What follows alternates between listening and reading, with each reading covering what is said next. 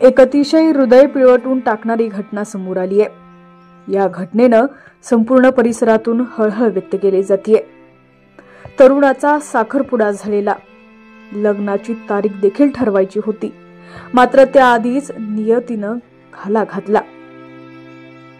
घटना नेमकी काय घडली सविस्तर जाणून घेऊया। त्याआधी तुम्ही HPN मराठी न्यूज चॅनल पहिल्यांदाच पाहत असाल आणि अजूनही चॅनलला सबस्क्राइब केलं नसेल तर नक्की सबस्क्राइब करा, जेणेकरून आमचे अपडेट्स लवकरात लवकर तुमच्यापर्यंत पोहोचतील।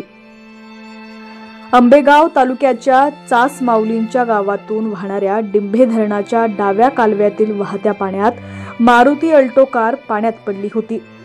या अपघातात कारमधील 2 प्रवाशांपैकी एक जण सुखरूप पाण्याच्या बाहेर आला तर एक जण पाण्यात बेपत्ता झाला।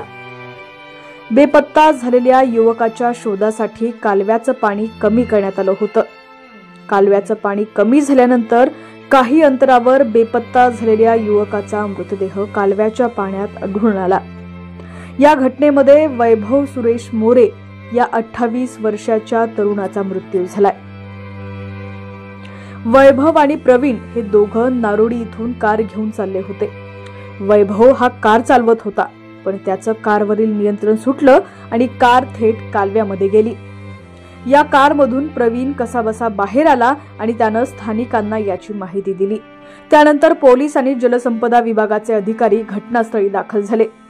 कालवा पूर्ण क्षमतेनं वाहत असल्यामुळे शोधकार्यात अडथळा येत होता, त्यामुळे जलसंपदा विभागानं कालव्यातील पाणी बंद केलं।